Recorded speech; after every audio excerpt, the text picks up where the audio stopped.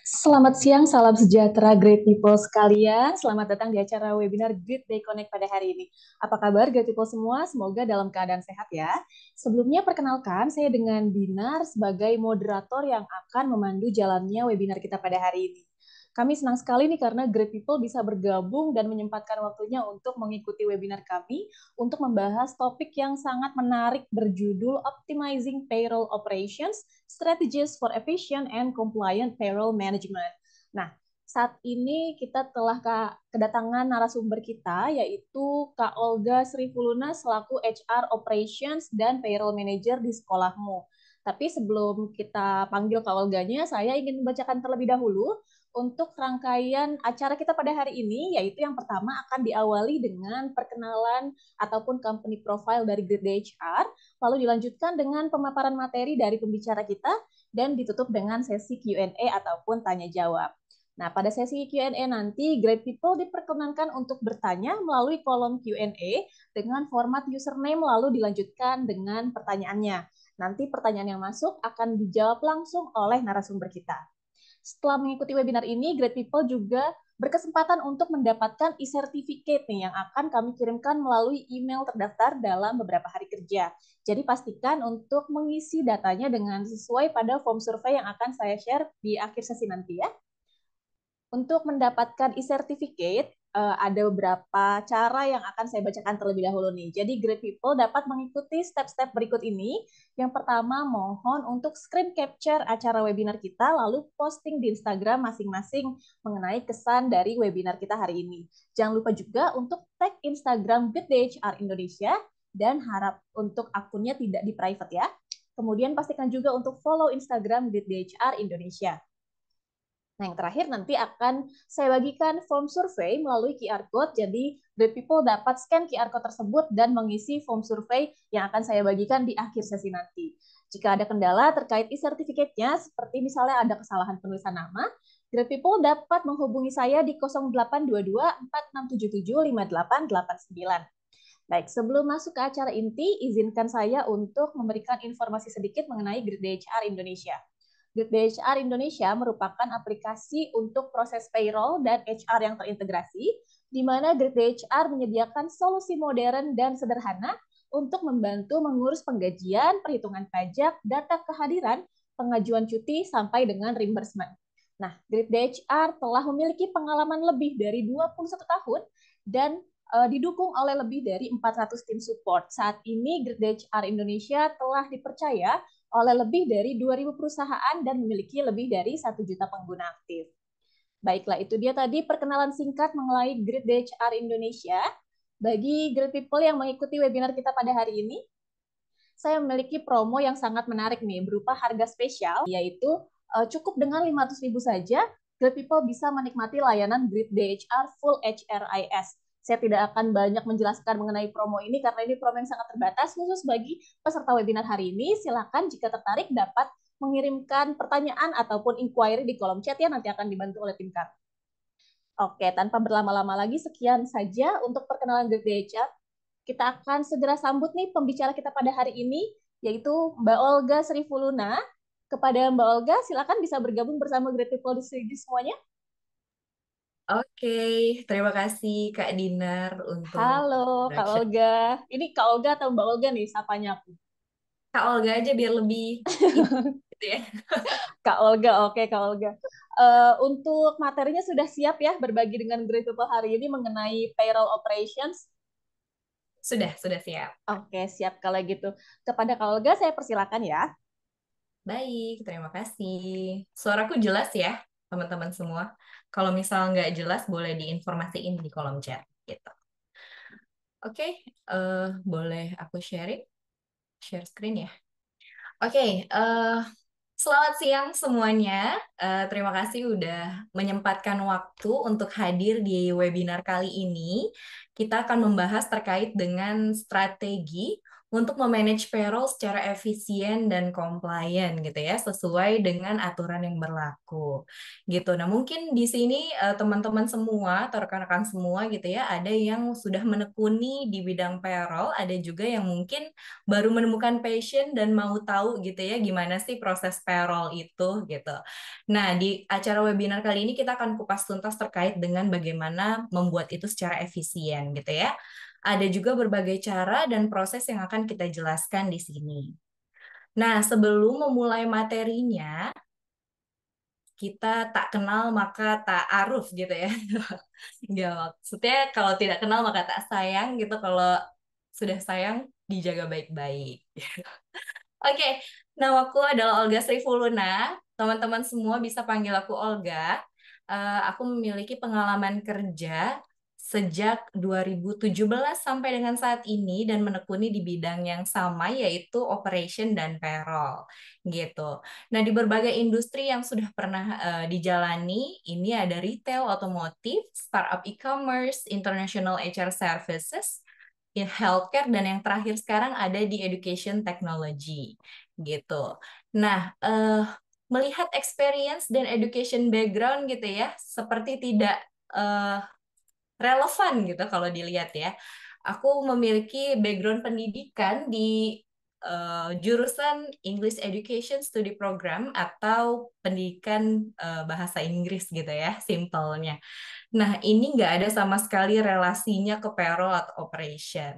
Tapi dengan ini bisa membuktikan bahwa sudah 7 tahun aku di field ini dengan background yang berbeda, itu artinya rekan-rekan semua juga memiliki kesempatan yang sama ya. Kalau misalkan baru-baru nih menemukan passion, oh ternyata kayaknya di payroll dan mengolah data gitu ya, itu adalah passion aku, itu bisa dicoba. Jadi tidak ada kata terlambat gitu ya, walaupun education background-nya tidak sesuai.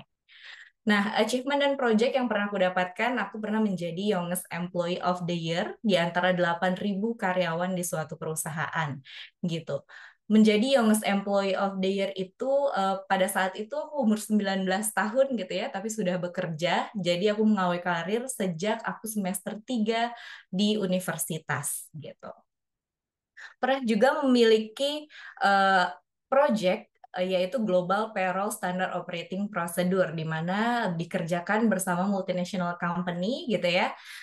Kita membuat sama-sama standar operating procedure untuk bagaimana proses payroll itu terjadi di masing-masing negara gitu. Nah, ada project lead automatization, ini juga meotomatisasi gitu ya proses yang tadinya manual menjadi lebih otomatis dan bisa mengurangi job load yang ada gitu di payroll.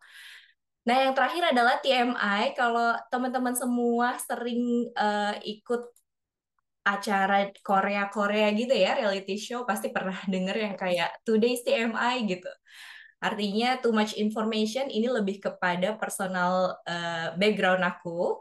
Aku tinggal di Cibubur, kalau rekan-rekan semua juga ada yang tinggal deket, kita bisa meet up sambil diskusi lebih lanjut gitu ya. Kalau misalkan mau ada yang bertanya lebih detail dan spesifik terkait dengan materi ini. Lalu statusnya sekarang married dan aku punya satu baby girl, less than 1 year, dia masih 8 bulan.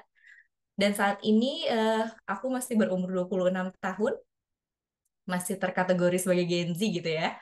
Terus hobinya adalah menonton Chinese drama. Agak nggak nyambung ya titelnya yang Korea, tapi watching drama adalah hobi-nya yang negara Cina gitu ya. Tapi nggak apa-apa, semakin different, semakin lebih variatif gitu ya. Nah, untuk connect ke social network, itu rekan-rekan bisa hubungi aku di LinkedIn, Olga Sri Fuluna, atau kunjungi ke Instagramku @weeosf. Jadi tadi yang seperti Kak Dina sempat jelasin gitu ya, kalau misal ada mau sharing terkait dengan webinar ini di capture, lalu dimasukkan ke sosial media, boleh juga tag aku ya. Gitu. Oke, selanjutnya kita masuk ke materi. Jadi apa sih sebenarnya payroll itu gitu? Apa sih yang masuk ke dalam pikiran rekan-rekan semua ketika mendengar nama payroll dan posisi orang sebagai payroll? Itu maksudnya apa ya gitu? Apa sih yang hadir di pikiran teman-teman? Boleh drop di chat deh. Apa aja yang masuk ke pikirannya teman-teman langsung waktu pas dengar payroll gitu? Apa sih? sebelum kita bahas lebih lanjut ya. Jadi kita perlu tahu dulu nih basisnya payroll itu sebenarnya apa gitu. Detail penggajian, betul. Proses penggajian ya. Oke. Ada lagi? Mungkin yang lebih spesifik, lebih panjang gitu ya pengertiannya. Pajak. Kayaknya udah pusing nih sama pajak. Remunerasi, betul. Apalagi ya, penggajian betul, pajak betul, remunerasi betul, itu semua detail betul gitu ya. Jadi banyak sekali eh, pemaparan terkait apa sih payroll gitu dan banyak sekali komponen-komponen yang mengikat di payroll itu sendiri. Apakah payroll merupakan tugas administrasi atau payroll itu adalah men-tracking waktu bekerja dan memproses manfaat atau benefit karyawan? Hanya sebatas itukah? Atau menghitung dan mendistribusikan gaji? Gitu. Itu yang biasa terlintas di pikiran teman-teman semua ya. Terima kasih atas jawabannya. Tidak ada jawaban yang salah, mungkin belum lengkap atau belum sesuai gitu ya. Nah, jadi payroll dalam pengertiannya adalah sebuah proses di mana pemberi kerja membayarkan remunerasi atau kompensasi kepada seorang karyawan yang bekerja pada waktu tertentu gitu. Waktu tertentu di sini dimaksud adalah ketika kewajiban dilaksanakan pada waktu atau set of period gitu ya, lalu dibayarkan melalui remunerasi dan prosesnya adalah payroll.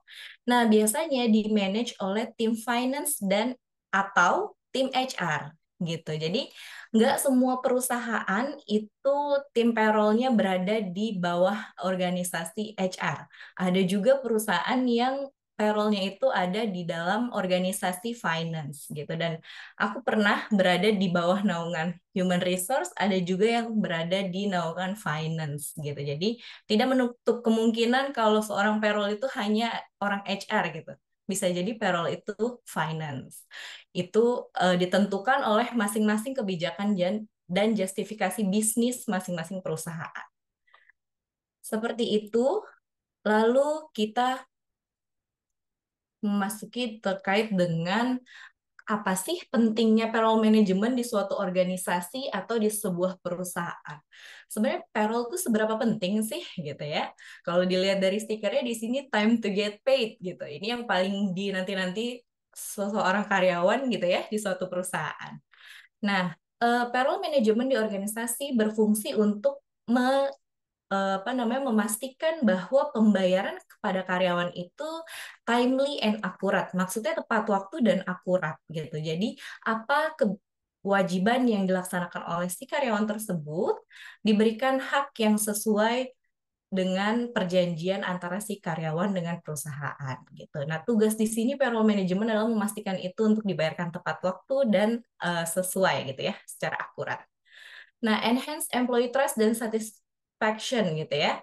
Ketika karyawan melakukan kewajiban lalu dibayarkan haknya tepat waktu, sesuai gitu ya, ada timbul rasa kepercayaan gitu dari karyawan kepada si perusahaan tersebut dan memberikan rasa satisfaction atau rasa puas gitu ya akan apa yang sudah dikerjakan dan kompensasi yang diberikan gitu. Nah, juga tim payroll management ini menjaga dan menurunkan adanya legal and compliance risk. Itu maksudnya resiko hukum dan tidak taat hukumnya atas proses yang dilaksanakan sebuah perusahaan tersebut gitu ya. Jadi kalau bicara terkait dengan HR payroll itu sangat erat sekali dengan yang namanya legal and compliance karena segala sesuatu yang kita proses itu ada aturannya gitu ya.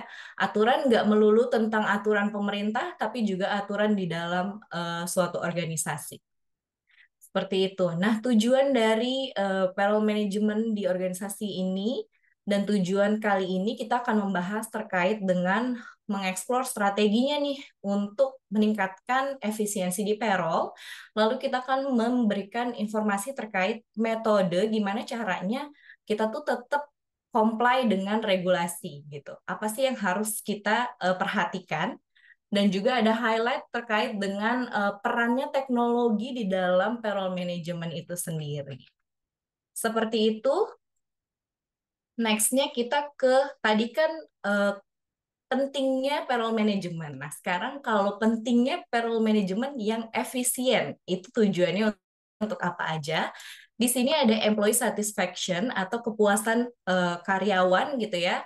Kita membayarkan timely manner dan akurat, lalu kita memberikan moral dan menurunkan angka turnover. Turnover itu adalah angka penurunan jumlah karyawan gitu ya yang terus-menerus di setiap bulannya gitu.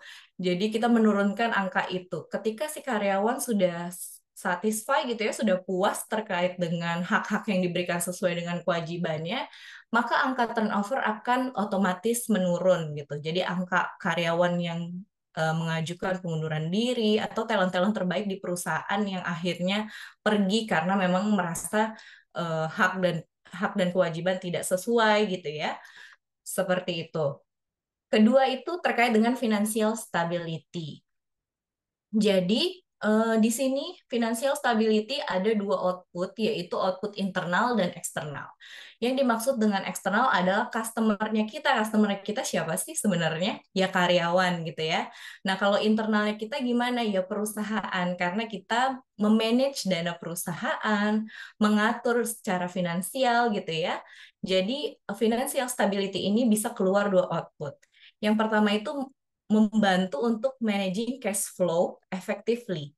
Kalau dilihat pengertiannya, ketika managing cash flow kita bisa bicara cash flow personal dan cash flow perusahaan gitu ya. Kalau ke karyawan managing cash flow ketika kita bayarkan karyawan payroll tepat waktu, maka cash flow dia sendiri secara personal itu akan membaik gitu ya. Bayangkan kalau kita bulan ini bayarkan tanggal 25 gaji karyawan, lalu di bulan depan kita baru bayarkan 30 gitu. Ada gap waktu nih. Kalau dilihat di poin 2 ada financial discrepancies. Jadi ada gap waktu antara yang harusnya circle finansialnya itu adalah 1 bulan, tapi ini malah 1 bulan lebih gitu ya. Tadinya mungkin kalau kita lihat keadaan karyawan ya, karyawan yang memiliki tanggungan-tanggungan di tanggal-tanggal tertentu, jadi cash flow-nya berantakan ketika proses kita sendiri delay gitu atau tidak sesuai. Kalau di internal sendiri, financial stability ini kita nggak bicara payroll itu hanya sebatas ya udah calculate aja gitu ya, berdasarkan si karyawan tersebut dapat kompensasinya berapa. Tapi juga ada yang namanya forecasting, accrual gitu ya, budgeting, people cost, itu semua juga ada di payroll. Jadi ketika kita melakukan proses penggajian karyawan, kita juga akan memperhatikan terkait dengan managing cash flow di perusahaan. Contoh sangat simpelnya adalah ketika kita memanage angka accrual THR. Kalau kita bayarkan THR di 1 tahun sekali, untuk prepare dananya itu kita harus menyerahkan angka angka setiap bulannya, jadi angka gaji karyawan itu dibagi 12, jadi setiap bulan kita sudah catatkan gitu ya di cash flow. Gitu. Jadi nanti perusahaan memiliki eh, apa namanya memiliki cadangan dana gitu. Jadi pada saat proses payment THR nilai profit perusahaan di bulan tersebut misal stabil aja sih kayak bulan-bulan sebelumnya, tapi di bulan itu tiba-tiba harus bayar THR, jadinya ada ketimpangan nih untuk cash flow perusahaannya gitu ya. Jadi itu bisa membantu untuk mengurangi ketimpangan cash flow yang terjadi tersebut gitu ya. Terus operational efisiensi. Nah, operational efisiensi ini ketika kita melakukan payroll management yang efisien, maka prosesnya itu harus kita setujui dulu dari awal. Jadi kita harus membuat flow-nya itu lebih jelas. Makanya di sini ada streamline the process gitu. Jadi buat aturannya terlebih dahulu, lalu streamline the prosesnya gitu ya, buat flow-flow-nya untuk setiap yang terjadi di payroll, dan itu akan membantu kita untuk nge-free up ya, free up eh, pekerjaan kita untuk dapat mengerjakan tugas-tugas yang lebih strategik gitu ya. Jadi mengurangi pekerjaan administrasi dan kita bisa fokus ke pekerjaan yang sifatnya strategik dan memberikan value gitu ya kepada perusahaan dan juga impact kepada karyawan. Seperti itu. Selanjutnya, oke, kita memasuki ke kontennya. Jadi tadi sudah pemaparan terkait dengan pentingnya materi ini untuk dipelajari gitu ya. Nah, untuk kontennya sendiri, di sini kita akan membahas terkait dengan legal basis, yaitu eh, dasar hukum yang ada dalam pemrosesan payroll. Yang kedua, automations. Ini adalah bagaimana caranya kita men-streamline atau membuat flow dalam prosesnya gitu. Integrasi ini adalah bagaimana sistem itu bisa membantu kita melakukan efisiensi di proses managing payroll gitu. Regular audits ini untuk mengidentifikasi dan memperbaiki kesalahan-kesalahan yang terjadi di payroll. Lalu, employee self-service portal ini kita akan empower atau mendorong karyawan juga ikut berpartisipasi dalam proses payroll itu sendiri. Dan yang terakhir adalah continuous training. Jadi mengapa sih kita harus tetap belajar gitu ya di payroll, walaupun sebagian orang mungkin berpikir bahwa payroll adalah pekerjaan yang ya udah itu aja gitu ya, bisa dibilang daily gitu. Tapi kenapa sih harus tetap dipelajari? Nanti akan ada backgroundnya kenapa gitu ya. Kita lanjutkan ke konten yang pertama, yaitu terkait dengan dasar hukum atau legal basis yang di belakang pemrosesan payroll. Bisa dilihat ini adalah dasar-dasar hukum yang berkaitan dengan proses payroll. Jadi proses payroll itu tidak hanya memproses segala sesuatu sesuai kemauan kita. Ya udah hitung aja gini, ya udah gitu aja, ya udah kita dedak aja gaji karyawan 80% gitu ya. Ternyata kita punya aturan di sini. Jadi segala proses yang dilakukan itu harus dipertanggungjawabkan dan harus melihat dasar hukum yang ada. Nah, ini adalah legal basis 123 merupakan legal basis yang memang mendorong adanya proses payroll, yaitu terkait pengupahan di Indonesia. Ada di PP 36 tahun 2021 yang sekarang sudah diperbarui di PP 51 tahun 2023. Lalu ada Undang-Undang Nomor 6 tahun 2023, ini adalah pembaruan terkait dengan Undang-Undang Cipta Kerja. Nah, di baliknya juga ada beberapa legal basis yang juga bisa dipelajari oleh rekan-rekan gitu ya. Ada Undang-Undang Nomor 13 Tahun 2003 tentang Ketenagakerjaan yang statusnya saat ini diperbarui namun tidak dicabut.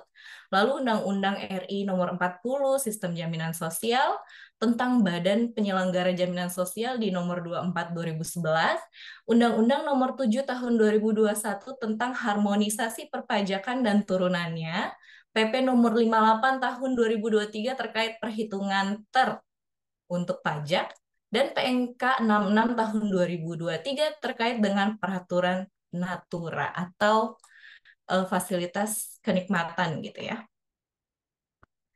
Ini jadi kalau misal mau lihat gitu ya proses kita sebenarnya udah benar atau belum, rekan-rekan semua bisa mempelajari beberapa dasar hukum ini gitu. Ini tujuannya untuk apa? Agar proses yang kita lakukan comply gitu ya dengan peraturan yang ada gitu. Jadi karyawan itu berhak menuntut ke Dinas Ketenagakerjaan apabila hak yang menjadi haknya dia sesuai aturan pemerintah gitu ya tidak dijalankan, maka akan berakibat perusahaan yang terkena sanksi gitu. Jadi be careful atau dilihat dulu aturannya sebelum menentukan boleh atau tidaknya segala sesuatu diproses gitu ya. Sebagai contoh aja, kayak misalkan kalau kita mau mendedak gaji karyawan gitu, kita mau mengurangi nih gaji karyawan, ternyata karyawannya punya outstanding nih di kita gini-gini gitu ya. Dikurangin langsung 80%, itu jelas menyalahi aturan hukum.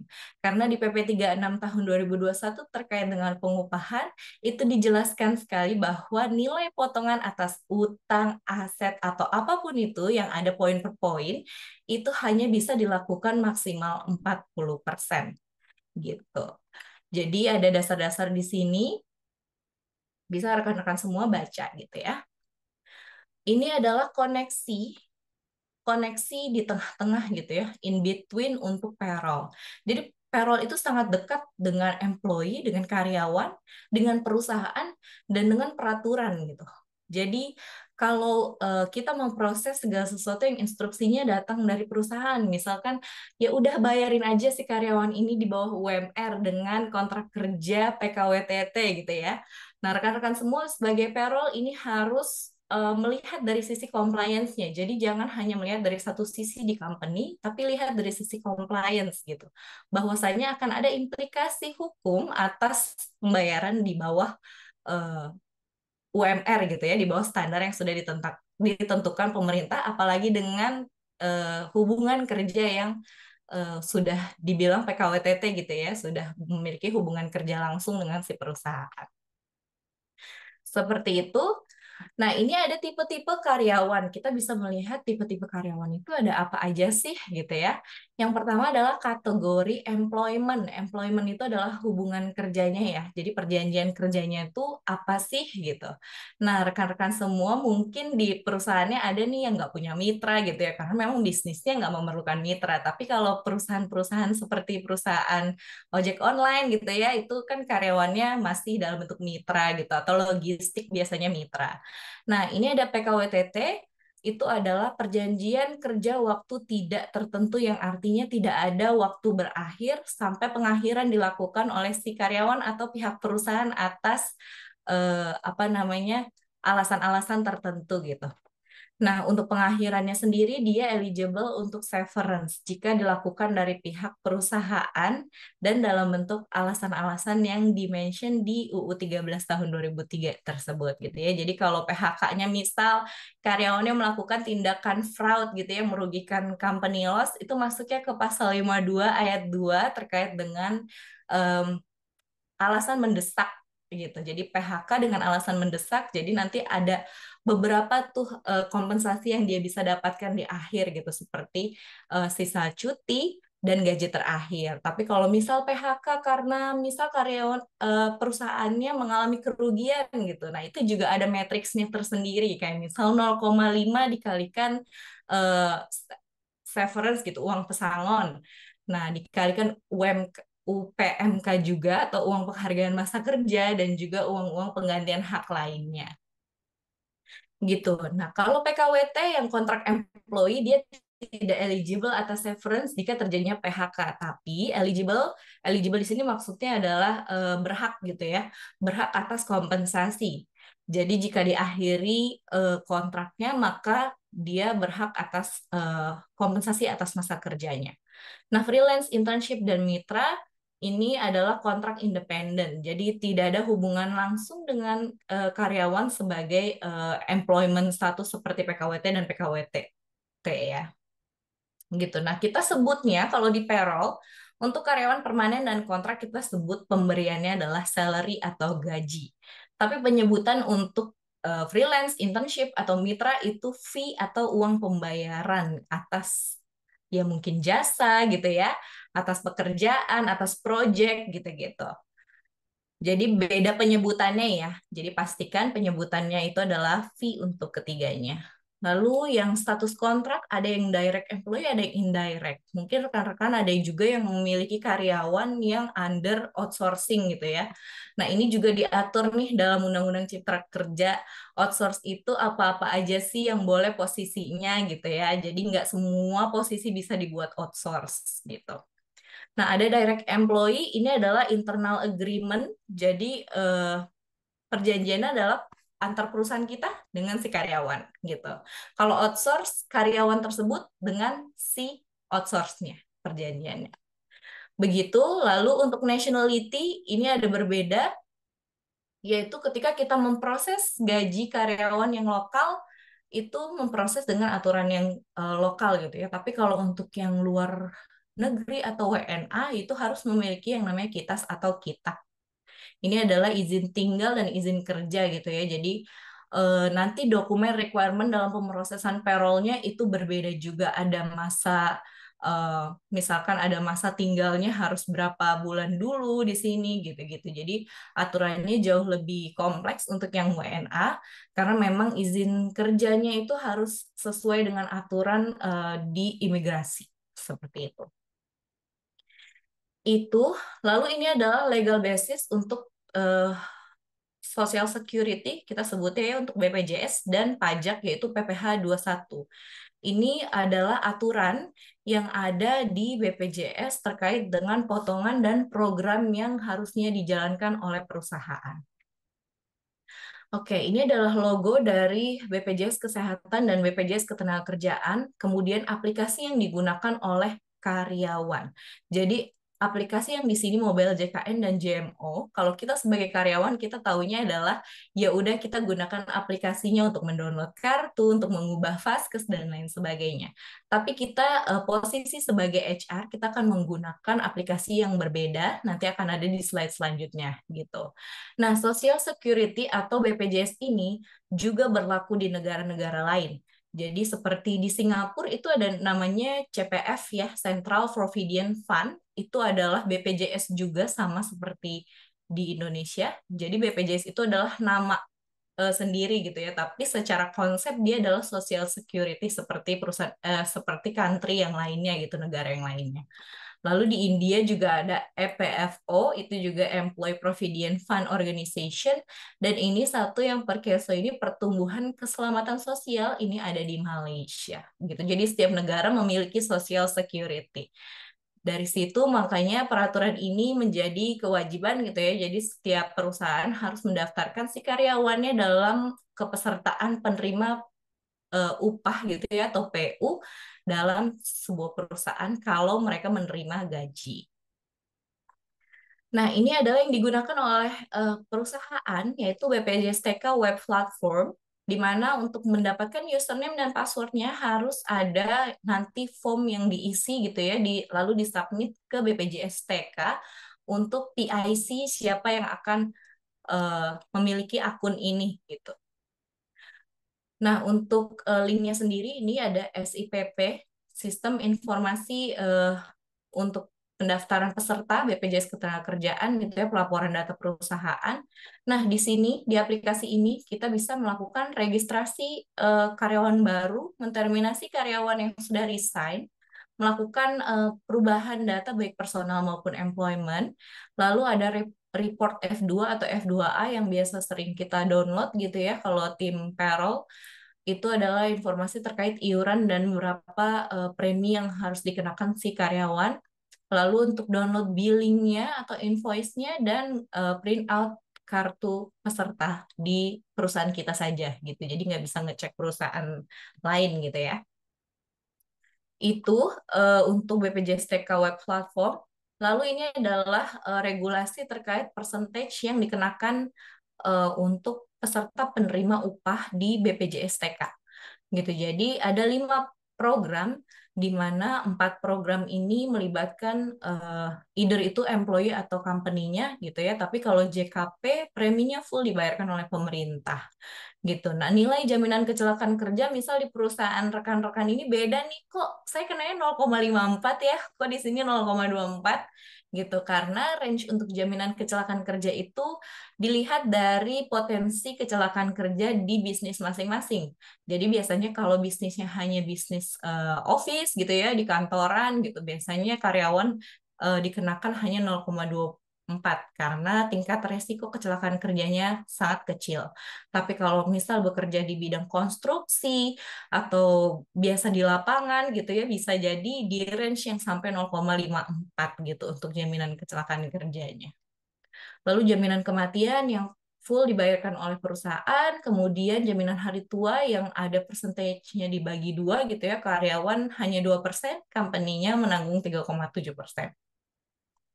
JP-nya 3%, di mana karyawan dibebankan lebih sedikit. Pokoknya konsepnya adalah karyawan akan dikenakan lebih sedikit untuk persentasenya dibanding perusahaan. Jadi 2%-nya di perusahaan.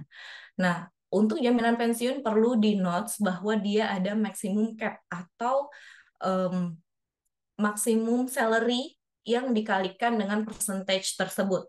Jadi kalau salary-nya misalkan rekan-rekan dapat salary 20 juta nih gitu, tapi dikenakan JP-nya hanya 1% dikali 10 juta 042.300 gitu. Jadi mau berapapun gajinya dia akan dikalikan maksimumnya 10.042. Jadi kalau gajinya di bawah 10.042 ya yang real dikalikan percentage-nya gitu.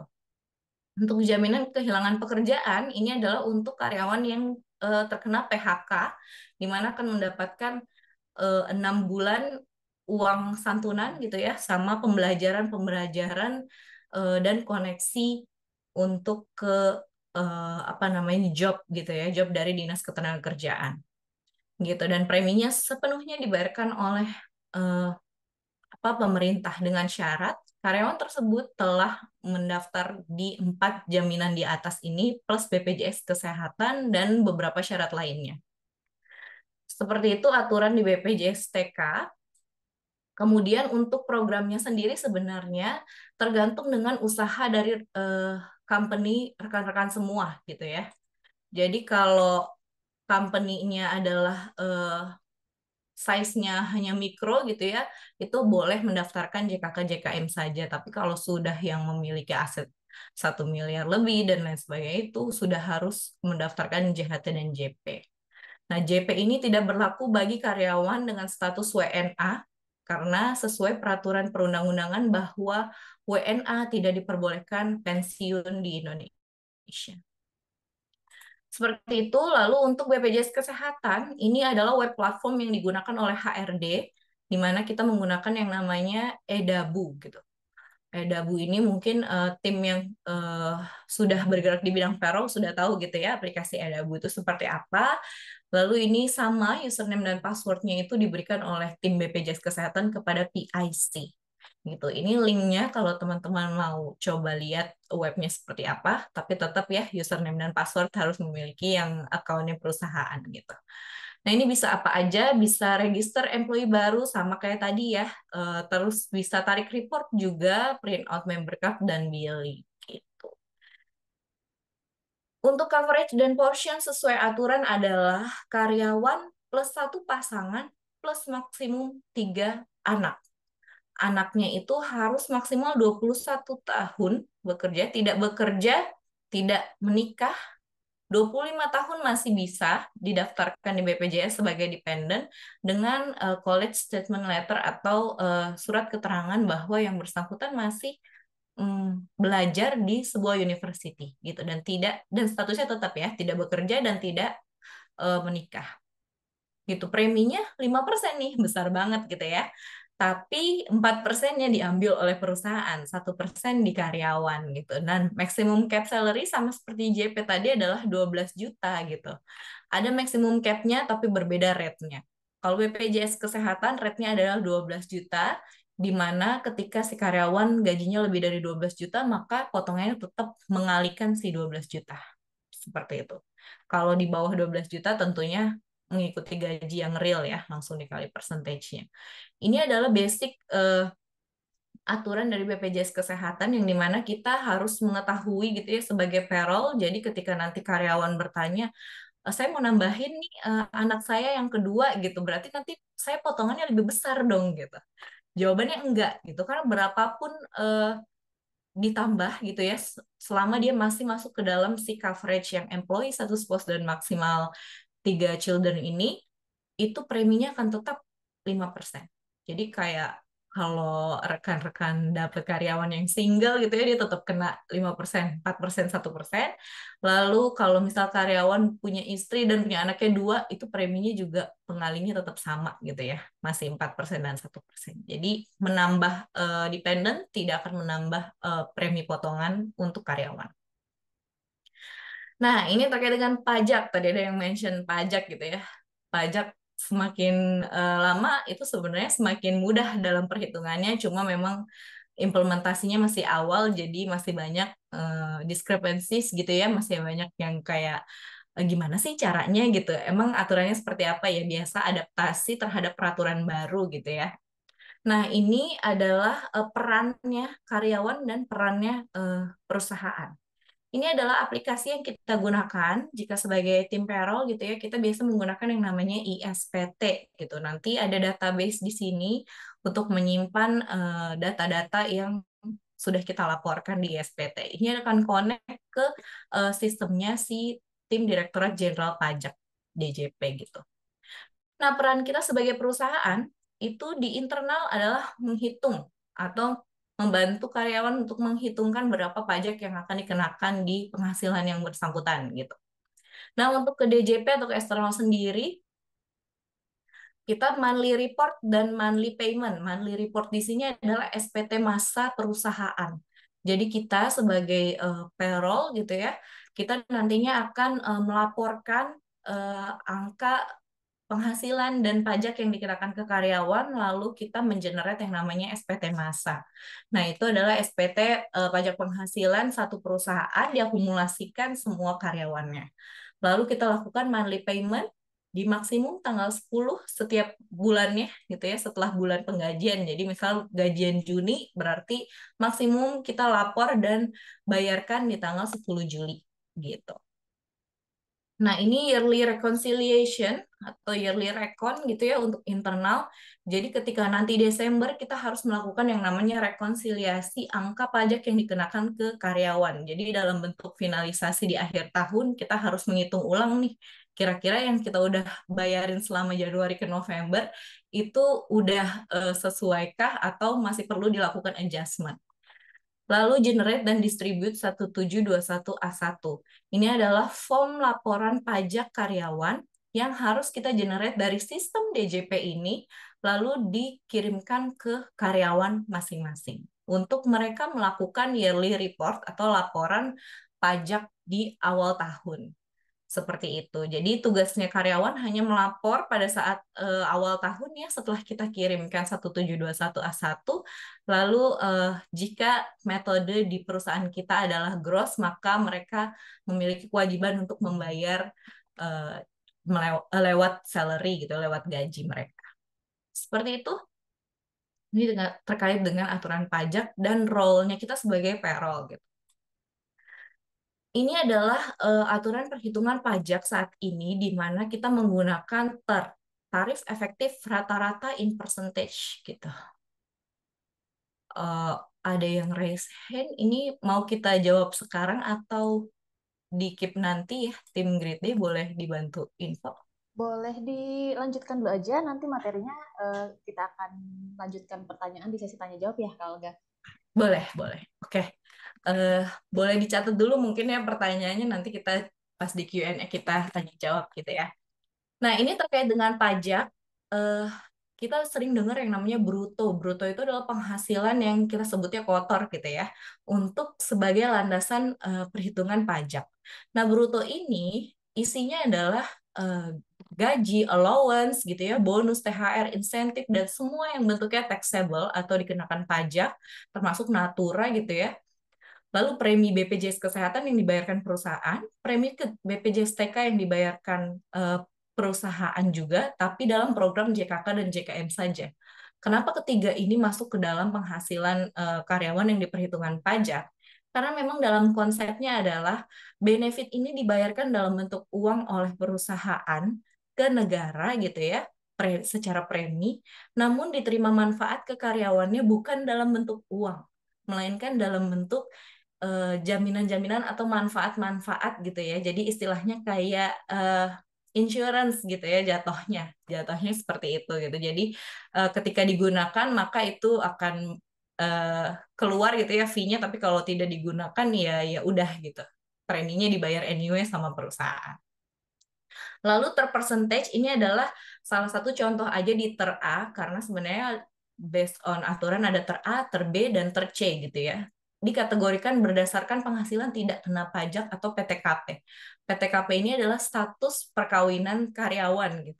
Status tanggungan kita biasa bilangnya gitu ya. Jadi di Indonesia ini semakin banyak tanggungan maka pajaknya semakin diringankan gitu. Jadi kayak ini TK 0 ini adalah tidak kawin, 0 maksudnya tidak ada tanggungan, atau biasa buat single atau misal karyawan perempuan karyawati gitu ya, karyawan perempuan yang memiliki suami gitu lalu penghasilannya dianggap TK 0 karena dependennya masuk ke dalam suaminya gitu.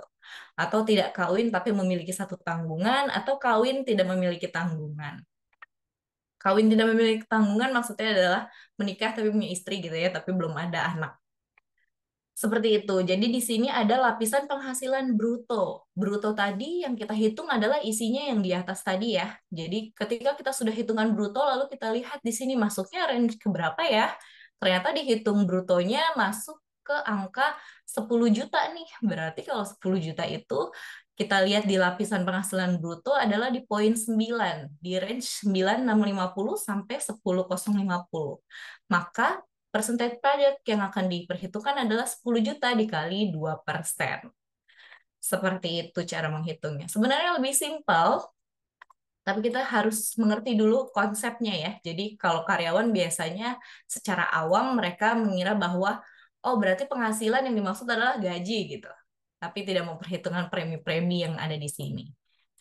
Ini adalah formulanya untuk aturan saat ini perpajakan terkait tarif efektif rata-rata, di mana Januari ke November menggunakan tarif TER, dan nanti di Desember akan menggunakan PPh pasal 17, yaitu perhitungan seperti tahun-tahun sebelumnya, yang dimana angkanya akan diperhitungkan bruto gitu ya, lalu dikurangi oleh biaya jabatan dan lain sebagainya, sampai ditemukanlah angka pembayaran secara yearly atau secara tahunan. Jadi progresifnya tetap apply gitu ya. Jadi anyway, kalau misalkan ada yang nanya, oh pajaknya naik ya tahun 2024 nih gitu. Sebenarnya nggak naik, karena anyway nanti di Desember akan diperhitungkan kembali menggunakan perhitungan dengan metode yang sama seperti tahun sebelumnya gitu.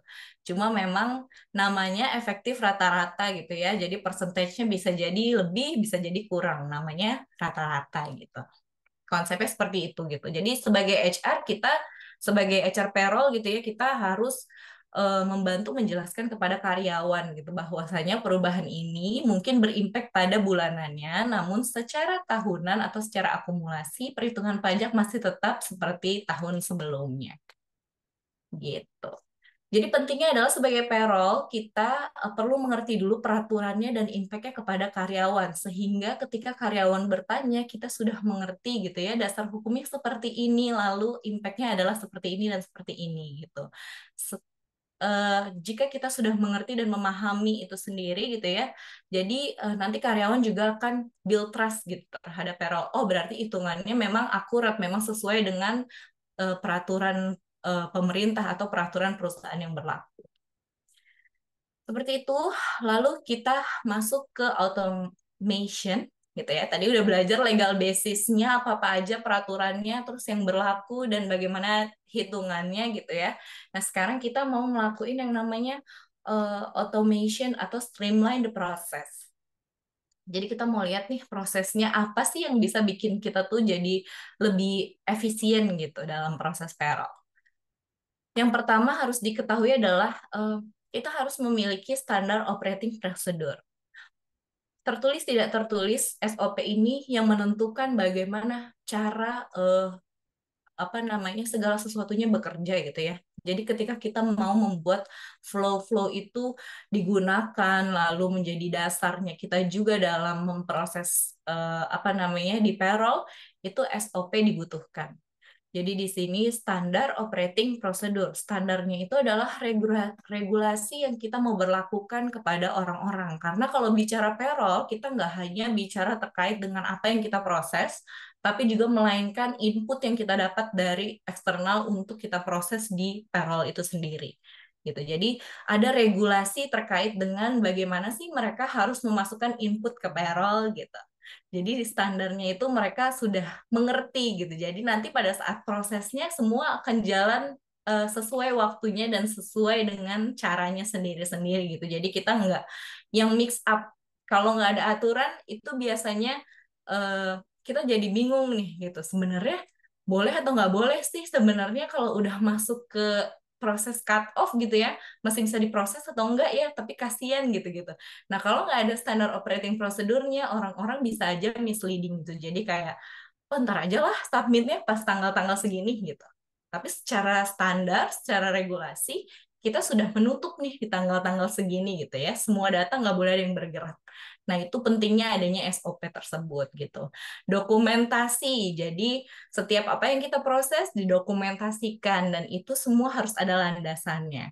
Lalu quality, jadi dengan adanya standar tersebut, kita jadi menimbulkan kualitas dalam pemrosesan si payroll tersebut. Jadi tidak berantakan gitu ya, input datang dari mana-mana gitu. Jadi ketika nantinya kita diperlukan untuk proses selanjutnya seperti audit dan lain sebagainya, itu kualitas data yang kita proses di payroll itu jauh lebih baik gitu ya. Jadi kita nggak akan kesulitan nih ke depannya dan tidak akan menyulitkan tim yang mungkin saja di perusahaan tersebut akan digantikan oleh tim lainnya gitu ya. Lalu operating. Operating itu adalah kita dalam operasionalnya kita mendevelop gitu ya. Jadi yang tadinya prosesnya mungkin masih belum tercapture dan kita nggak tahu nih sebenarnya prosesnya kayak gimana gitu ya. Karena kita sebagai payroll perlu di dalam pikiran kita adalah tidak semua karyawan mengerti POV payroll gitu ya. Jadi mengapa ini mendevelop? Jadi adanya si operational seperti ini, adanya operational yang sesuai dengan standar mendevelop bahwa si karyawan itu akan mengerti nih, oh ternyata seperti ini proses yang terjadi di dalam payroll gitu. Jadi di operasionalnya kita bisa memberikan pengertian kepada karyawan, karyawan juga mengerti terhadap operasional yang dilakukan di dalam. Tuh. Lalu implementasi. Jadi dalam operasionalnya itu proses implementasinya seperti apa, kita bisa melihat di standar yang kita sudah buat. Jadi implementasi ini akan terlihat gitu ya ketika si regulasi sudah kita berlakukan. Lalu dalam prosesnya sendiri, prosesnya itu semua sudah terstruktur sesuai dengan si standar yang sudah di-set up. Kemudian prosedur. Prosedur yang kita buat ini bisa jadi sebuah strategic planning untuk kita juga gitu. Kenapa disebut strategic planning? Karena memang dalam membuat prosedur gitu ya dalam di SOP tersebut itu membutuhkan analytical thinking atau cara berpikir kita terhadap suatu proses. Jadi ketika kita berpikir kayak proses ini harusnya bisa lebih advance lagi nih, harusnya bisa seperti ini gitu. Jadi ada strategi-strategi yang terpikirkan ketika dalam proses uh, membuat si prosedur tersebut gitu. Kemudian instruksi dan juga workflow gitu. Jadi dengan adanya si prosedur ini ada instruksi-instruksi yang memang sudah kita libatkan orang-orang tertentu gitu ya. Dan juga pemrosesan kita seperti sesuai dengan instruksi yang kita set up gitu. Dan itu berlaku juga untuk workflow. Kemudian tips yang pertama ini untuk melakukan otomatisasi gitu ya. Kita bisa melakukan yang namanya create reverse timeline. Kenapa reverse timeline? Berarti kita membuat sebuah timeline yang terbalik. Terbalik tuh maksudnya apa? Jadi ketika kita membuat suatu timeline di payroll, perhatikan tanggal payday. Jadi ketika tanggal payday adalah tanggal kita membayarkan gaji karyawan, misal di tanggal 25 gitu ya. Nah, kita melihat prosesnya itu ke belakang. Jadi ketika kita harus membayarkan tanggal 25, maka kita harus memproses di bank untuk transfer gaji karyawan paling maksimal 2 hari kerja sesuai aturan bank, yaitu di tanggal 23. Maka jika di bank tanggal 23, kita harus sudah mendapatkan approval paling maksimal di tanggal 22. Nah, di tanggal 22 kita harus memberikan spare time untuk manajemen melakukan approval misal di tanggal 19. Jadi di tanggal 19 sudah harus dilakukan yang namanya approval. Maka dari itu, sebelum approval kita harus menyiapkan report dan analisis dan lain sebagainya gitu ya di tanggal 18 paling maksimal. Oleh karena itu, kita harus memproses payroll misal di tanggal 17 gitu. Jadi kita dapat nih tanggal cut off-nya. Tanggal cut off adalah tanggal di mana data itu tidak bergerak gitu. Jadi create reverse timeline berdasarkan tanggal payday ini sendiri gitu ya. Jadi nggak yang kita cut off 19 deh. Terus 22 pokoknya harus approval nih, harus mepet, pokoknya report harus jadi gitu. 23 harus transfer gitu-gitu. Jadi kalau kayak gitu kan kita jatuhnya maksain ya, dan prosesnya mungkin nggak akan efisien, mungkin aja ada beberapa proses yang akhirnya kita skip karena kekurangan waktu gitu. Jadi sebelum melakukan proses payroll, perhatikan dulu untuk membuat reverse timeline gitu ya. Dari belakang dulu, tarik sesuai dengan aturan. Karena di setiap bulan itu pasti akan berbeda lokasi Sabtu dan Minggunya. Jadi perhatikan juga weekend-weekend karena itu tidak akan terhitung dalam proses payroll itu sendiri. Gitu. Lalu ini adalah sedikit gambaran proses payroll dari beberapa perusahaan yang sempat aku jalani gitu ya. Ini adalah yang general. Jadi pada saat proses ini, yang pertama di week 1 dan 2, kalau misalnya teman-teman pernah dengar gitu ya, kalau nanya ke teman-teman lain gitu atau karyawan di luar yang memiliki profesi payroll, mungkin akan menyebutkan bahwa payroll adalah kerjaan 1 bulan sekali gitu ya. Toh gajian 1 bulan sekali, jadi kerjanya 1 bulan sekali gitu. Enggak juga. Jadi kerjaannya itu sebulan, cuma memang tidak terlihat gitu pada saat prosesnya. Seperti di sini kalau kita lihat ya, ini tidak ada waktu untuk free gitu di payroll. Mungkin ada waktu untuk kita slow down. Slow down tuh maksudnya adalah ya waktu-waktu kita bisa nggak terlalu ngebut gitu ngerjain sesuatu. Tapi ada waktu-waktu yang memang kita harus ngebut yaitu di proses cut off period gitu. Jadi ada 3 stage nih yaitu before cut off period, sama after cut off. Jadi cut off di payroll seperti yang tadi aku jelasin bahwa cut off itu adalah di mana periode tersebut data tidak bergerak alias data di tanggal yang kita tentukan sebagai tanggal cut off itu adalah data yang kita gunakan untuk memproses payroll. Jadi segala input apapun yang masuk ke dalam payroll di luar tanggal cut off maka akan diproses ke periode berikutnya. Karena kalau kita tidak memiliki cut off period gitu ya di payroll, itu akan sangat mess up atau nggak akan rapih gitu karena lagi ngerjain lagi kalkulasi tiba-tiba oh ini dong tolong proses gitu ya. Nah yang seperti itu akan mengganggu efisiensi pekerjaan kita dalam menghitung payroll atau dalam mengkalkulasikan payroll gitu ya. Bisa jadi satu komponen yang kita masukkan ke dalam proses payroll itu sendiri di tengah-tengah perjalanan di luar tanggal cut off gitu ya, itu menyebabkan hitungan yang lain mungkin tidak bergerak gitu. Jadi menimbulkan adanya error yang nanti akibatnya apa? Akibatnya data yang kita proses itu tidak bisa menghasilkan yang namanya zero error gitu. Karena di payroll itu em, kalau dulu ya di perusahaan sebelumnya aku pernah dibilang KPI-nya payroll adalah everyone can make a mistake but not payroll. Gitu. Jadi semua bisa lakuin kesalahan tapi tidak di payroll gitu. Karena hasilnya lumayan berimpact gitu ya. Impact-nya kemana ya tadi? Ke satisfaction gitu, kepuasannya si karyawan. Kalau misalkan hitungannya nggak pas nih gitu kok jadinya saya take home pay-nya nggak sesuai gitu. Harusnya kan segini gini gini gitu. Ternyata ditemukanlah errornya itu terjadi di human error di payroll gitu. Nah, itu hal-hal itu kita harus hindari. Makanya adanya yang namanya cut off period ini di mana data tidak bergerak lalu kita bisa fokus untuk menghitung atau mengkalkulasikan si payroll. Nah, week 1, week 2 itu kita melakukan yang namanya payroll preparation.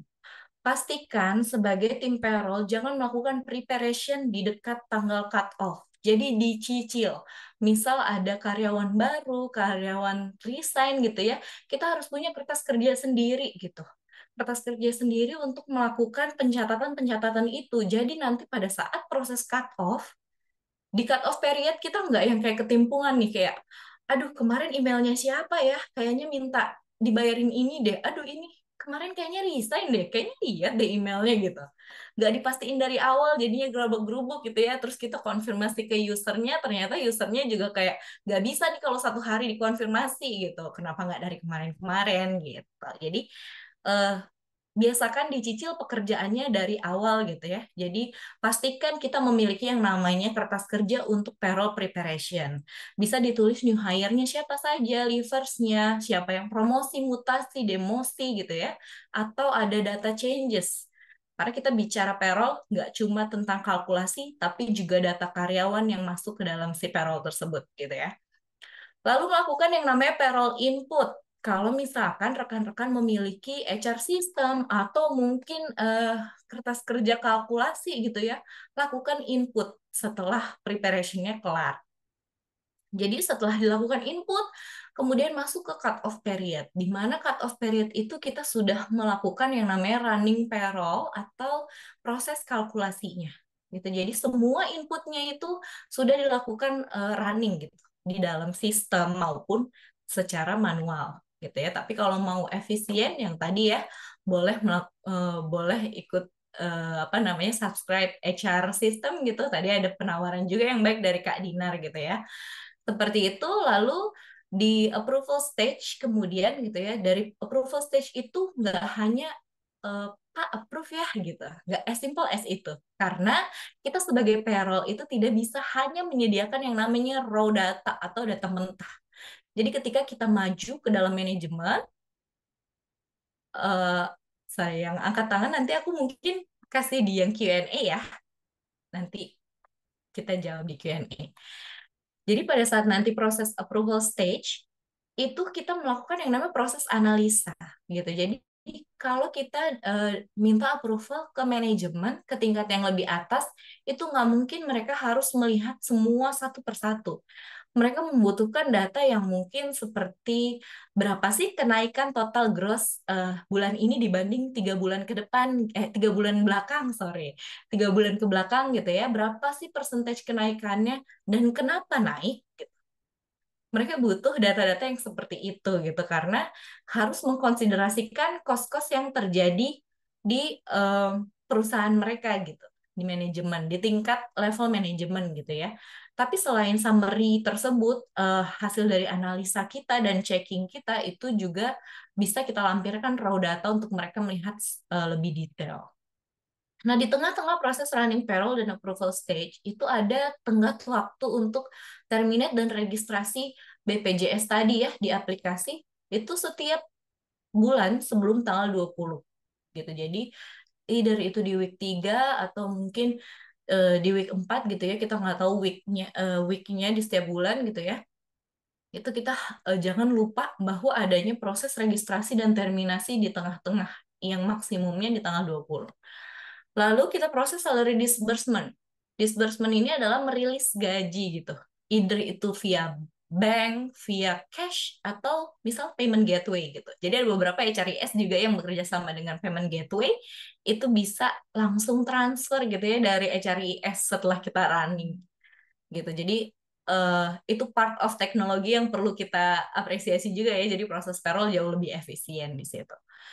Kemudian ada payroll reporting. Jadi setelah kita proses cut off nih, cut off-nya reda gitu ya, udah bukan yang nggak ada kerjaan gitu, tapi masih lanjut lagi dengan reporting.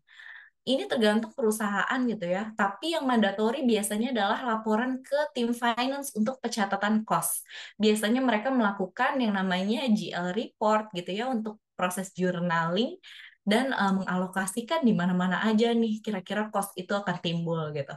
Nah, di departemen-departemen lainnya juga yang membutuhkan data payroll, misalkan di suatu bisnis unit gitu atau di departemen tertentu yang memang harus melihat cost-nya people-nya mereka itu in actual setiap bulan berapa sih gitu. Mungkin bisa kita olah dalam bentuk summary atau lain sebagainya gitu ya. Jadi ada yang namanya payroll reporting setelah cut off period tersebut. Lalu di next month, apakah tidak ada outstanding lagi setelah itu? Ada lagi gitu ya. Di next month, di week 1, biasanya kita harus perhatikan terkait dengan pembayaran invoicing untuk jaminan sosial seperti BPJS dan juga pajak. Jadi kalau pajak itu kan harus yang tadi sempat aku mention ya, bahwa harus dibayarkan tanggal 10 setelah si gajian tersebut diproses di bulan sebelumnya. Jadi kayak Juni ini udah selesai gajian gitu, atau bulan Juli ini udah selesai gajian, tapi Agustus depan itu masih ada outstanding untuk ngelaporin dan juga ngebayarin pajak nih kita bulan si Juli ini gitu, di 10 Agustus mendatang gitu. Jadi eh, prosesnya nggak cuma ngelihat cut off period, tapi setelah cut off period pun ada proses gitu ya. Jadi payroll nggak sebatas gajian 1 kali sebulan doang gitu. Selanjutnya eh ini yang tadi sempat termention bahwa di payroll itu bukan soal kalkulasi doang, tapi juga eh, apa namanya data karyawan gitu ya. Jadi data karyawan dan payroll calculation ini saling berhubungan satu sama lain. Kalau rekan-rekan semua pernah mengikuti mungkin trainingnya SQL gitu ya, kita biasa sebut yang namanya primary key sama foreign key gitu ya. Jadi primary key itu adalah data yang bisa dijadikan acuan dalam proses apa namanya, dalam proses si foreign key-nya itu. Jadi kalau misalkan kita memproses suatu gaji, ini gaji 20 juta gitu. Tapi kan kita harus tahu nih employee datanya. Emang 20 juta tuh gajinya siapa sih gitu. Jadi itu ngeling satu sama lain dari employment data dan payroll kalkulasi. Itu juga ada salah satu komponen yang seperti misalkan employment data untuk data status karyawan nih. Oh, status karyawannya kontrak gitu kan.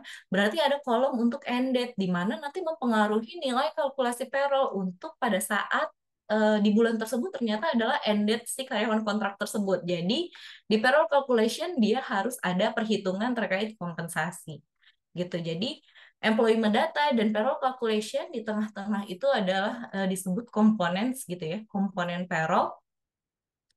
Mereka satu sama lain berkaitan. Jadi makanya kalau rekan-rekan semua pernah dengar kenapa sih payroll itu harus biasanya digabung sama operation gitu ya, atau as simply as melihat apa namanya titelku yang HR operation dan payroll gitu. Kenapa? Karena memang kita satu sama lain sangat dekat gitu ya pekerjaannya.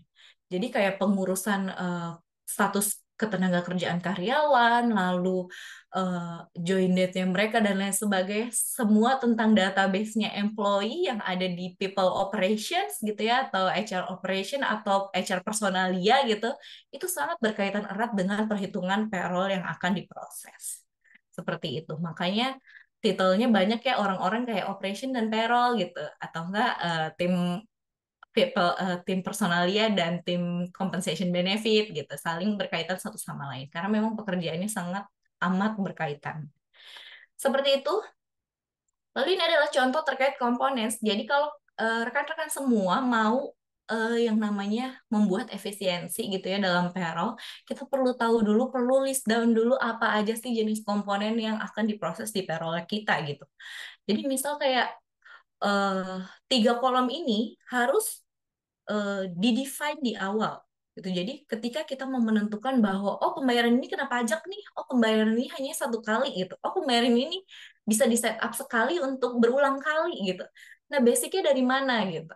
Basicnya dari 3 komponen ini. Jadi ketika kita memproses komponen, tentukan jawaban dari 3 kolom di samping. Jadi kayak misal kita melakukan ada penambahan gitu ya dari company, oh tolong berikan communication allowance gitu. Tunjangan komunikasi nih, ya udah kita berikan. Tapi kita harus menentukan nih sebagai payroll, apakah dia masuknya ke dalam permanen tunjangan tetap atau tunjangan tidak tetap. Apakah dia diberikan 1 kali atau berulang kali. Apakah dia dikenakan pajak atau tidak dikenakan pajak? Jadi 3 pertanyaan ini harus dijawab terlebih dahulu supaya pada saat memproses payroll kita jauh lebih paham dan jauh lebih mengerti gitu ya. Sebenarnya dasarnya perhitungan si PPh ini apa sih? Oh ternyata si reimbursement ini nggak masuk ke dalam taxable nih. Ternyata dia di luar, tapi dia menambah take home pay gitu. Jadi seperti itu kita harus mengerti basic-basic di belakangnya ya. Atau biasa ini aku sebutnya seperti komponen matrix gitu. Jadi matriksnya adalah seperti ini.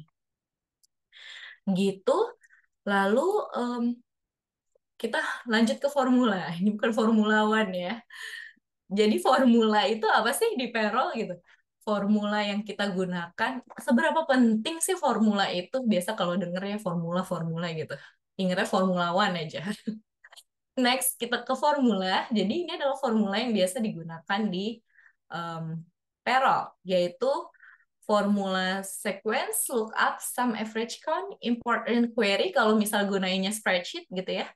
If untuk kondisi-kondisi atau create logic di perhitungannya, rounding, sum product, network days untuk menghitung jumlah hari kerjanya, that if atau year of work itu untuk define length of period atau masa kerja gitu ya.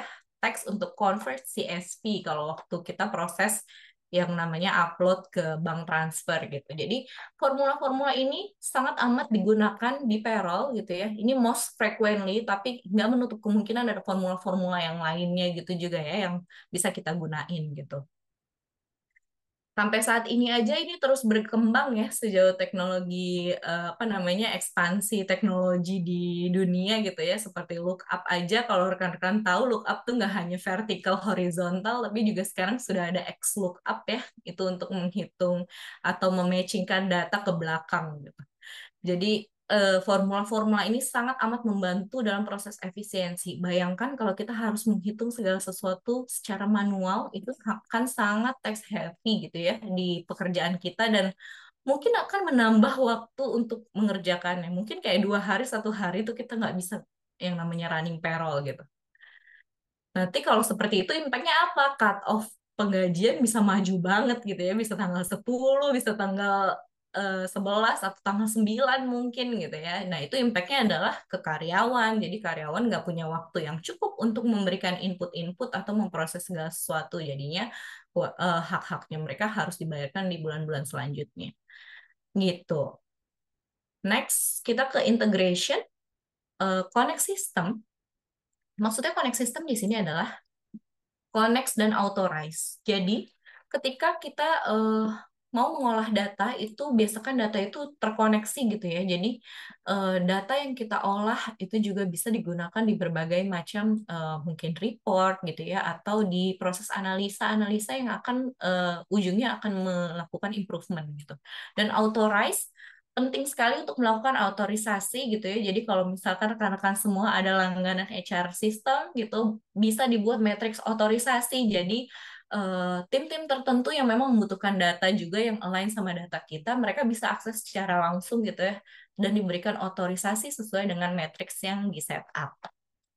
Seperti itu akan mempermudah dalam proses reporting. Jadi kalau misal ada kebutuhan-kebutuhan di company gitu ya, sebagai HR training itu pengen ngelakuin training sama karyawan level ini siapa-siapa aja sih orangnya gitu.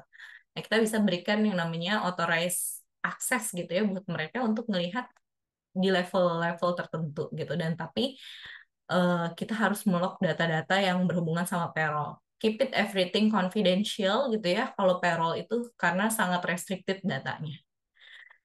Seperti itu, lalu ini adalah gambaran proses kalau kita tidak mengintegrasikan sistem dengan mengintegrasikan sistem. Jadi ini bukan hanya mendorong grade day aja ya secara personal gitu atau secara profesional, tapi juga ini kita bisa lihat impact-nya sebenarnya ada HR system tuh seperti apa sih proses di kita gitu ya. Kalau yang kita tidak integrasikan, maka prosesnya akan misal override gitu ya, atau high potential human error atau mistake akan terjadi, dan datanya scatter. Maksudnya data scatter adalah datanya kemana-mana gitu. Jadi, oh data yang karyawan ada di file ini nih, atau data ini di ini gitu. Jadi nanti pada saat kita bulan depan mau memproses lagi, data kunciannya itu kita nggak nemu nih harusnya mana ya karena datanya scatter kemana-mana gitu ya inputnya di mana-mana gitu jadi tidak ada track recordnya juga.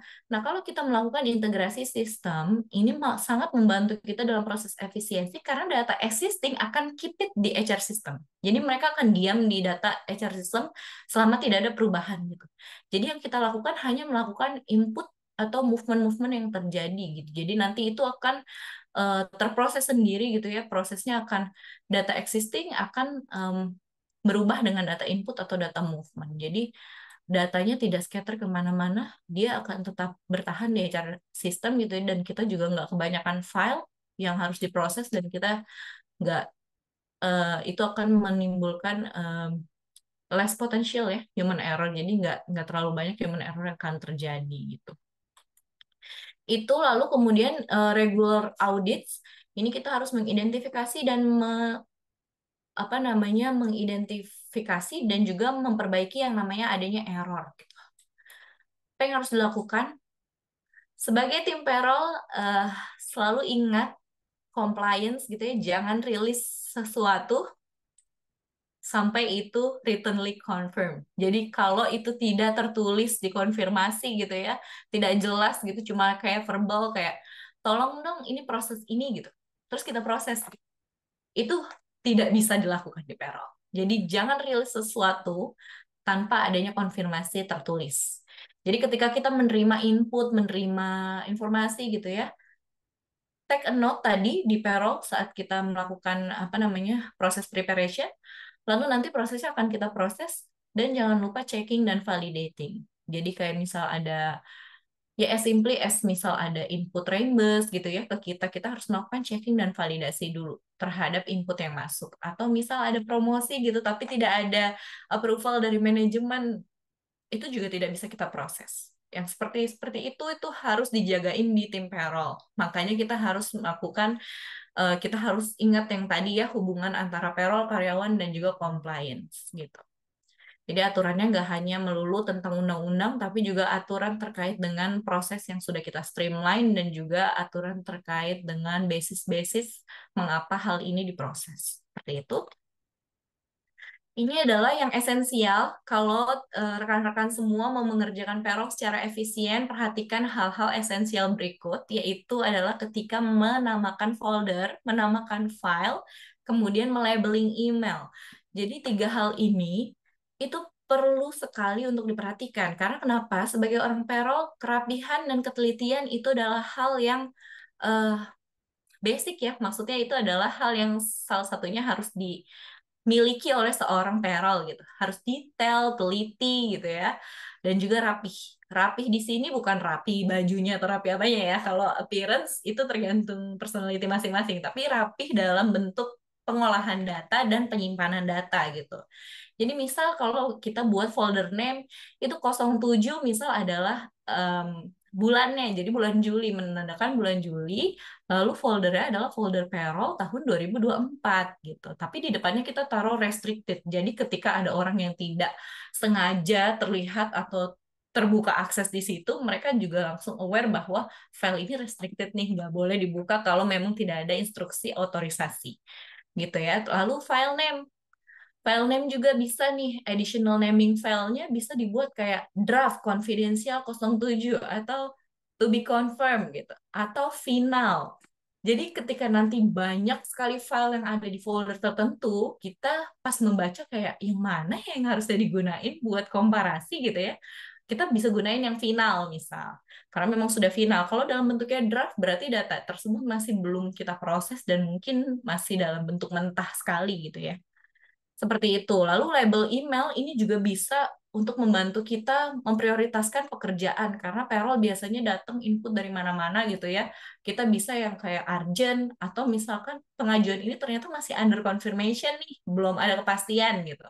Atau sign gitu yang udah desain, oh ini udah desain boleh diproses berarti. Jadi nanti pada saat proses payroll, pada saat kita proses checking, oh inputnya benar nggak ya gitu ya. Tinggal difilter labelnya, oh ini yang sign nih, yang ini, oh ini udah masuk, ini udah masuk, ini belum masuk gitu. Jadi nanti bisa melakukan second eye melalui labeling ini. Mata kedua gitu ya. Tetap cek validitas untuk setiap input yang terjadi untuk menghindari adanya fraud karena di payroll ini juga banyak sekali mungkin kasus-kasus yang jatuhnya fraud ya, kayak misalkan melakukan reimbursement namun kwitansi palsu gitu ya, atau misalkan eh, bilang hilang rekening gitu ya, ternyata sudah diterima gajinya gitu, gitu-gitu. Jadi banyak kasus yang mungkin kita nggak sadari tapi kita harus memprevent hal itu terjadi gitu ya. Dan make sure semuanya align atau sesuai dengan SOP-nya. Lalu deteksi adanya error dengan balancing tools. Balancing tools ini nggak melulu harus sebuah alat gitu ya, tapi juga bisa menggunakan formula tadi. Jadi ketika kita memproses penggajian, misalnya take home pay dengan take home pay dengan take home pay bulan lalu gitu ya, langsung dibuatin rumus apakah sama gitu. Kalau berbeda kenapa gitu. Jadi kita bisa tahu dari balancing tools itu kalau sesuatu ternyata nggak sesuai nih kalkulasinya gitu. Temukan adanya perbedaan eh, segera. Jadi kalau ada perbedaan, langsung cari tahu kenapa. Jadi tidak boleh ya kalau oh perbedaan, perbedaanmu wajar gitu. Itu nggak boleh. Jadi ketika ada perbedaan, itu adalah alarm untuk tim payroll untuk mengecek bahwa apa sih, kenapa sih kok beda gitu. Oh ternyata ada bonus bulan ini, ya udah terjawab. Tapi kalau nggak ada perbedaan, terus ternyata nilai kalkulasinya salah, mungkin aja ada formula yang error atau apapun kalkulasi kita yang tidak sesuai gitu. Jadi bisa dibenerin sebelum proses rilis. Nah, make sure semuanya itu sesuai dengan compliance tadi ya. Jadi apa yang diproses, walaupun instruksinya dari perusahaan, pastikan kita sudah memberikan informasi terkait dengan aturan dan juga manajemen harus tahu segala keputusan itu apakah baik atau tidaknya, ataukah benar atau tidaknya sesuai aturan gitu. Lalu transparansi dan accountability. Jadi kita transparan kepada employee ketika bukan transparan dalam artian kita kasih tahu ya gaji orang-orang itu bukan transparan. Jadi transparan yang dimaksud adalah ketika karyawan bertanya, kok potongannya segini sih gitu. Jadi kita bisa menjelaskan, oh iya potongannya menurut peraturan seperti ini, cara kalkulasinya adalah seperti ini gitu. Accountability adalah apa yang kita proses itu harus kita pertanggungjawabkan. Jadi jangan memproses tadi ya until it's written confirmed. Seperti itu, lalu tracking compliance dan analyze ini adalah salah satu cara untuk melakukan efisiensi juga dalam proses payroll adalah kita memperbaiki apa yang sering terjadi. Misal kayak kita buat tracking complaints nih, waktu itu di International HR Services kita ada yang namanya sistem untuk nge-tracking complaint. Jadi kita ngelihat how to solve-nya gimana sih, terus action learn-nya apa yang dipelajari dan apa yang harus diimprove. TAT ini maksudnya turnaround time, yaitu feedback dan sampai dengan masalah itu diselesaikan itu berapa lama gitu. Misal ini yang kedua ini ternyata 3 hari nih, oh kita harus menghindari kejadian ini terjadi lagi karena waktu turnaround time untuk proses konfirmasi dan sebagainya sangat memakan waktu. Seperti itu. Lalu temukan root cause atau masalahnya terjadi di mana dan improve. Lalu employee self-service portal, ini aku agak cepetin aja ya informasinya. Uh, jadi empower karyawan untuk dia juga membantu proses payroll. Jadi kayak proses mereka bisa akses payslip sendiri gitu ya. Jadi nggak minta-minta ke tim payroll, tolong dong payslip saya bulan ini, itu kan nambah job workload gitu ya. Tapi kalau dengan employee self-service mereka bisa uh, kontrol informasi mereka sendiri, lalu update data dan lain sebagainya bisa mereka lakukan gitu. Jadi mengurangi pekerjaan di tim payroll. Kemudian yang terakhir adalah continuous training. Mengapa dilakukan continuous training? Karena kita lihat di sini ya, kenapa kita harus melakukan training yang berkelanjutan? Itu karena terjadinya rapid changes atau perubahan yang cukup signifikan gitu ya di payroll. Kayak misal di 2020 ada peraturan terkait dengan COVID gitu ya. Lalu yang COVID itu berimpact kepada pajak dikembalikan kepada karyawan gitu ya, UU Cipta Kerja yang tadinya kontrak maksimal 2 tahun jadi 5 tahun, lalu ada kompensasi pembayarannya. Terus di 2021 sampai 2022 ada shifting working arrangement, banyak perusahaan yang berubah yang dari tadinya WFO ke WFA, terjadinya massive layoffs, adanya UMR yang nggak pasti gitu ya pada saat proses itu, lalu ada demo terkait dengan JHT yang hanya bisa dicairkan pada saat umur 56 tahun. Kemudian di 2023 sampai 2024 ada informasi terkait dengan THR gitu ya, surat edaran dari Kementerian Ketenagakerjaan bahwa daily worker itu eligible untuk THR dengan nilai rata-rata fee-nya mereka selama 1 tahun, kemudian adanya bantuan subsidi upah dari BPJS TK, lalu ada tax calculation method changes yang tadinya dari pasal 17 ke collaborative method, yaitu dan pasal 17, kemudian ekspansi dari regulasi terkait dengan natura yang tadinya hanya dilimitasi beberapa, lalu diperluas kembali, kemudian adanya NPWP 16 digit yang berubah, yang berimpact kepada karyawan harus melakukan pengkinian data, kemudian nanti di 2025 sampai ke depan itu ada tapera dan lain sebagainya yang mungkin tidak terprediksi gitu ya. Jadi mengapa harus training terus sebagai orang payroll? Karena perubahannya lumayan banget ya. Lalu kemudian teknologi improvement juga berubah ya. Tadinya kita payroll mungkin masih dalam bentuk kertas gitu, ngitungnya masih manual. Lalu kemudian berubah menjadi di Excel gitu ya, terus berubah lagi menjadi mungkin HRIS gitu, HR system. Jadi lebih teknologi improvementnya lebih cepat juga gitu ya. Jadi proses payroll makin efisien dengan berbagai tools dari improvement teknologi tersebut. Dan apa aja yang bisa dilakukan untuk training ini ada beberapa listnya, yaitu bisa mengikuti webinar seperti saat ini, lalu sosialisasi yang dari pemerintah, misal kayak terkemarin ada sosialisasi dari Kemenaker gitu-gitu ya. Lalu join grup profesional, misal grup-grup profesional yang sesuai dengan lini kita, misal payroll Indonesia atau lain sebagainya. Lalu bisa courses atau pelatihan gitu ya, atau self learning, bisa misal mau ningkatin formula nih, bisa langsung ke YouTube atau lainnya. Kemudian tax certification seperti CHRO dan lain sebagainya juga. Seperti itu yang bisa kita lakukan untuk improve atau training untuk mempelajari segala sesuatu yang berubah tersebut. Sampai situ eh, dari aku pemaparan materinya, apakah rekan-rekan semua sudah ready untuk jadi payroll yang sesuai dengan compliance gitu ya, sesuai dengan hukum dan efisien? Itu boleh bertanya kepada diri kalian masing-masing. Dari aku cukup seperti itu, aku kembalikan ke Kak Dinar ya. Terima kasih. Oke, kalau gitu Kak Olga tadi juga ada yang tanya nih terkait materinya, apakah boleh di-share ke teman-teman yang hadir hari ini, karena mungkin ada keterbatasan dari jaringan dan lain-lain gitu, atau mungkin jika ingin mendapatkan materinya bisa menghubungi Kak Olga lewat LinkedIn kah atau seperti apa? Boleh, boleh. Boleh ngubungin aku via LinkedIn atau kalau misalkan dari tim Grid Day juga mau di-share, nggak apa-apa. Oke, kalau gitu baik. Terima kasih Kak Olga atas materinya.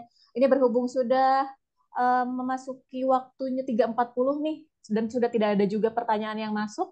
Mungkin boleh kita tutup saja ya Kak Olga untuk sesi Q&A-nya. Siap. Oke.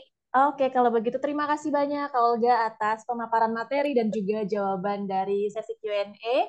Tadi seperti yang sudah saya sebutkan di awal, Great People yang ingin mendapatkan e-certificate bisa langsung scan QR code yang saat ini tertera di layar dan menjawab beberapa pertanyaan dari form survei kami. Untuk e-certificate-nya nanti akan kami kirimkan melalui email terdaftar dalam beberapa hari kerja, jadi dipastikan untuk mengisi e-certificate tersebut dengan sesuai ya. Oke, kalau begitu Kak Olga, dengan demikian mungkin berakhir sudah ya sesi webinar kita pada hari ini. Terima kasih Baik. banyak atas materinya yang luar biasa. Ini kayaknya kalau nggak di stop bisa berapa SKS ya? Waduh. Iya, Tapi nggak betul. masalah. Mungkin nanti kita bisa range lagi untuk kelas berikutnya yang lebih komprehensif lagi ya. Boleh kalau gitu. Terima kasih juga untuk tim Grid Day ya sudah memberikan fasilitas seperti ini untuk sharing ke teman-teman semua. Semoga informasi yang disampaikan tadi bermanfaat ya. Amin, amin. Terima kasih banyak, Kak Olga. Kalau begitu, Terima terima kasih juga kepada Great People yang saat ini telah mengikuti sesi webinar kita. Diharapkan dari materi yang telah disampaikan dapat bermanfaat, baik bagi pembicara ataupun bagi kita semua yang mendengarkan. Kalau begitu, akhir kata kami dari tim Great Day mengucapkan terima kasih banyak. Selamat sore dan have a great day. Selamat sore.